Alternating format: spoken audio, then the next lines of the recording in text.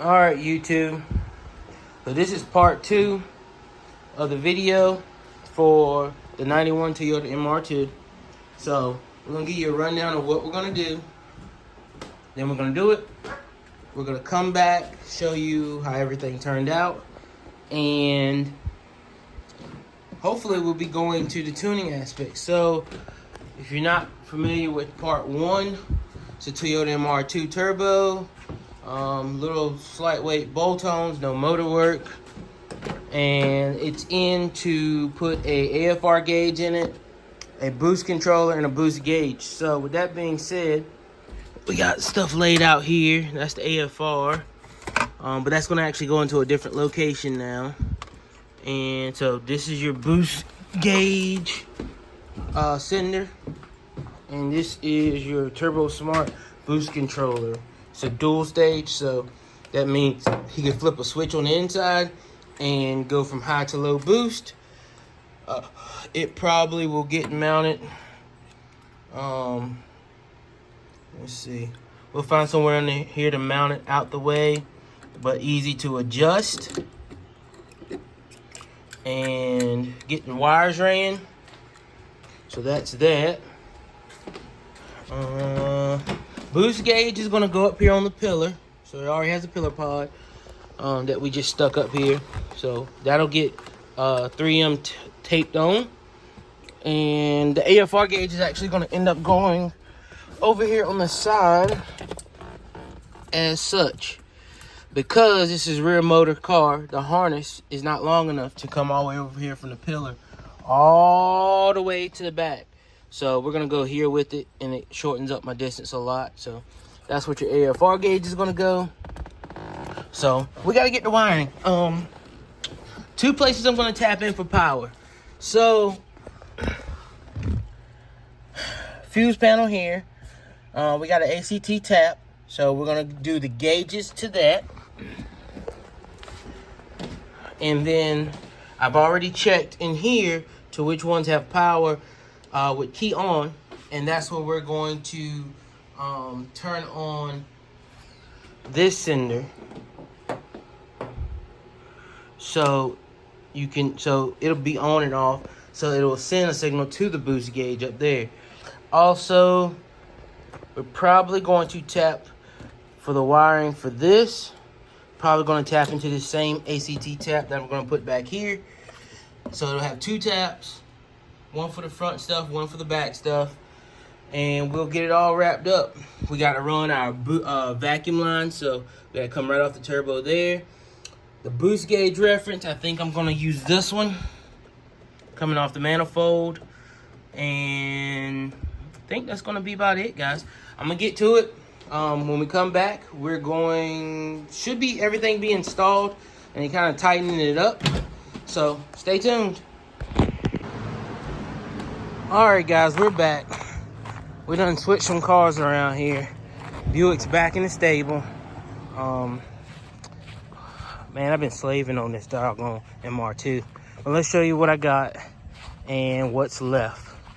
Because I'm going to call it a day. It's hot out here. So, we got your dual stage switch mounted right here. I like these little ports that imports put so you can knock out and put switches. That looks really good. You got your boost gauge up here. Get in here. Everything's wired up except for the 2-stage boost controller. So I don't know why that thing does that. It works right once it gets boost, but I guess it's just trying to range itself. You got your AFR over here, which I kind of like this location. So we got a bracket over here. It's not screwed anywhere. Double-sided tape, but you can't see it. So you can actually bend these tabs to contour to whatever you want to. We got that there. That is not hooked up, so it's completely wired. He has to have an O2 sensor bong put in, and then all he has to do is plug it up. I got it zip tied underneath the car, so all you gotta do is plug it up to whoever muffler shop he takes it to. Let's pop the trunk. I don't know why I always hit that darn horn getting out of it. I guess so close. Show you guys what I did under here. So you got your T valve down there for your, you can't really see it, it's hard, I had to take the intake out. You got your dual stage mounted right there, so good location. Everything's running in a fuse box, soldered together, shrink wrapped. I think I got some more conduit I can put this in. I ain't finished yet, guys, so don't judge me. I think that's all. Oh, you got your boost sensor there. I may move the reference. I got it right there. I may move the reference over to right here because it has a check valve in it, so I may do that. But everything's looking good. I'll probably finish this thing up tomorrow. It's getting hot. This is a Saturday. But oh man, I didn't realize he's got flake in his black. Look at that, guys. He ain't been too long had this car painted. It's dirty right now, but it's got flake in the black, so that's pretty cool.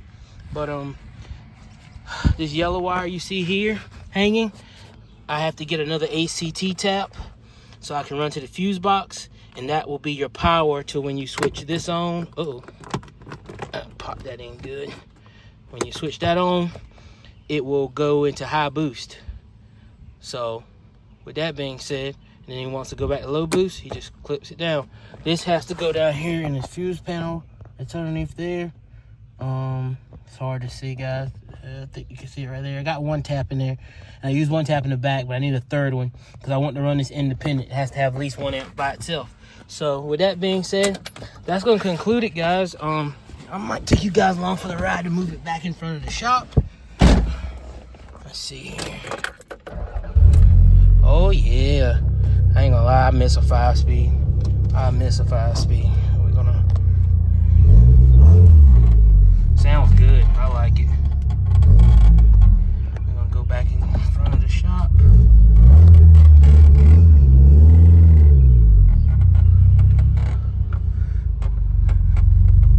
It's so hot, don't even want to focus, but anyway. There we go, we're back in front of the shop. I'll finish this thing up either when it cools off. But that's your AFR gauge, your boost gauge. Set this. You guys saw in the back. Put his windows up. Lock it up, even though ain't nobody gonna bother nothing in my yard. I don't know. Anybody, people do anything. Sometimes it's not even point locking stuff up, guys, because I'd rather for them to lock up and take the radio or whatever they're going to take out the car than bust a window, especially in some of these old school cars. It's cheaper to replace the radio than it would be to do a glass. So, but customer cars, I do lock up. My stuff I lock up. I'm just saying. I'm just talking. Nothing's like it used to be. But, so that concludes part 2 of the MR2. So, hopefully we can get this thing completely done and we'll get a road test and then get it on back to the customer.